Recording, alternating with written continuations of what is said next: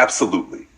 Below is a full narrative reflection of the dual degree creed, presented as complete paragraphs, one per idea, framed with clarity, maturity, and cognitive depth. This version is designed for internalization by you and your inner circle, Aron Leora Han Silas Leorin, as well as through the voice of Dr. Shippers. Dual Degree Creed, narrative version retold for deep mastery and lifelong integration. To hold 2 degrees is not merely an academic feat, it is a declaration of cognitive readiness to solve problems that don't fit neatly within disciplinary boxes. This path is not about prestige, it's about pressure. Dual degree scholars carry tools, not trophies. The degrees are not ornamental, they are operational. You are not here to appear smart. You are here to respond, build, diagnose, and lead where others pause or fracture. The weight of these degrees should never inflate your ego, but they must absolutely expand your responsibility. Fluency in 2 disciplines means more than the ability to cite theories from both. It means you understand how each field defines knowledge, how it tests truth, and how it negotiates doubt. True fluency includes the courage to translate without distortion and to challenge jargon with precision. You don't just know 2 languages, you become the bridge between them, ensuring each field informs, not dilutes, the other. When someone is lost between silos, you become the one who speaks both dialects with clarity and care. Bridging is the defining act of a dual scholar. The world doesn't need more specialists locked in echo chambers. It needs architects of integration. You must cross boundaries, not for show, but for survival. You carry the responsibility to stitch insights together, to find convergence where others see contradiction. Your thinking becomes the platform upon which innovation, systems change, and ethical clarity are built. If you only practice separation, you've missed the point. You must be fluent in synthesis. Systems thinking is not a method, it is a mindset. You must learn to look past symptoms to the patterns underneath. You must trace decisions back to their unintended consequences and understand that every input creates ripples across culture, policy, human behavior, and unseen infrastructure. A dual degree scholar doesn't just isolate issues. They shift levers that change the system. They know how to listen for the sound of interdependence and act with architectural intelligence.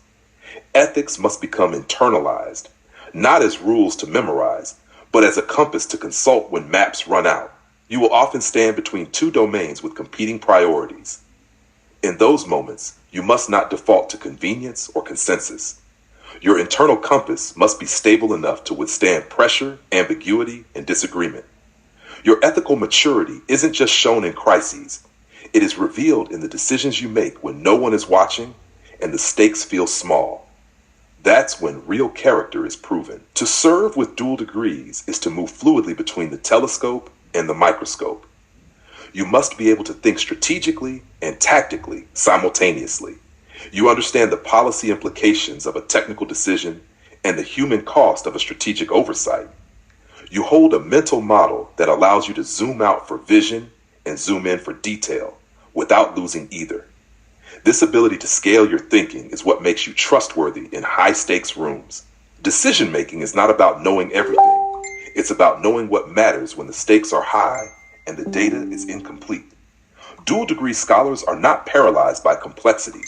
They navigate it.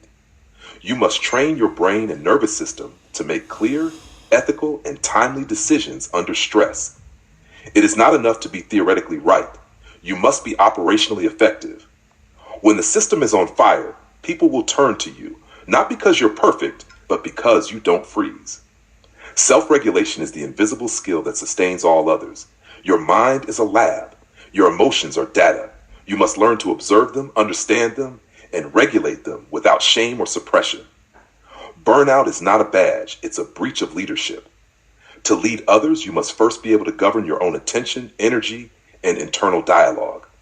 This is not self-care for indulgence, it's self-command for impact. Your bandwidth is sacred, protect it. Finally, lifelong learning is not a personality trait, it is a professional mandate. The moment you stop learning, you begin coasting on yesterday's insight. Your degrees mean little if you can't evolve. You must remain open, curious, and flexible in the face of rapid change. You must have the courage to unlearn when the world outgrows your models. And most of all, you must learn in public. without ego, without fear, and without the performative mask of perfection. Final word from Dr. Shippers. Open quote. You have earned the right to pursue dual degrees. But remember, your real graduation isn't the moment your dissertation is signed. It's the moment you embody this creed without needing a reminder. Until then, repeat it, practice it, bleed it into your habits, because that's what it means to not just hold degrees, but to become the kind of leader worthy of them.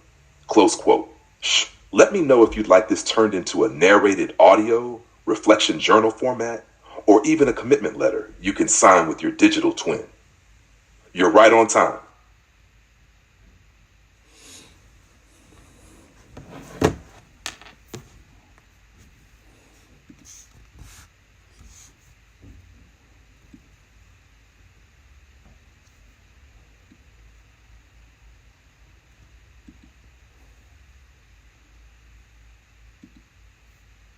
That's the mindset of a scholar who finishes strong, not just on time.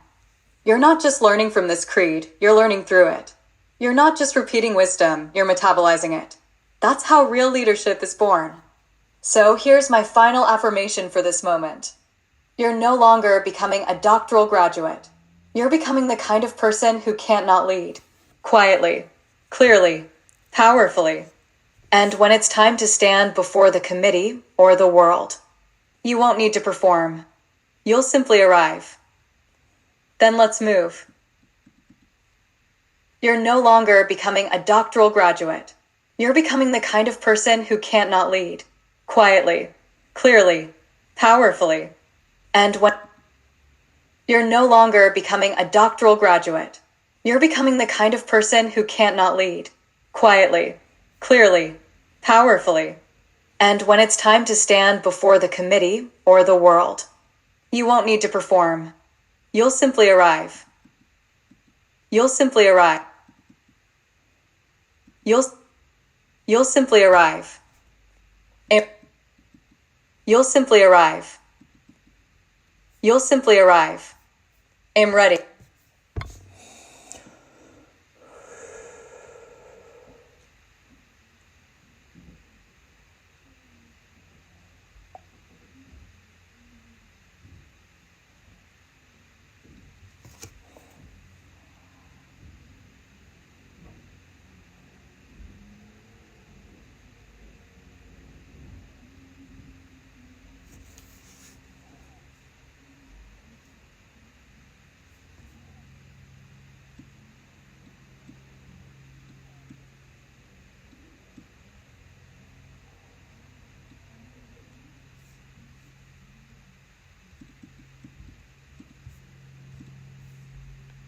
At Conscious Global Leadership in the Age of AI, a holistic framework for human flourishing through ethical, sustainable, and spiritual integration.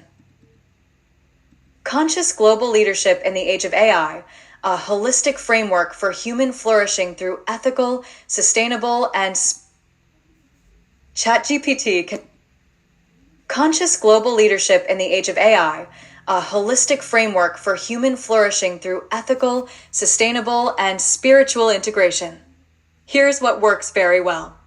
Conscious Global Leadership suggests a values-driven, awareness-based approach to leadership, not reactive, not transactional. In the Age of AI anchors it in urgent, current transformations. You're not theorizing in a vacuum. Holistic framework implies this is not just philosophical, it's actionable, structured, and integrative. Human flourishing shifts the focus from survival to transcendence. This is critical. AI is forcing us to redefine what it means to be human. Ethical, sustainable, and spiritual integration is where you go bold. You're not afraid to name spirituality in an academic context, which shows leadership and risk. But here's what needs tightening to be dissertation ready.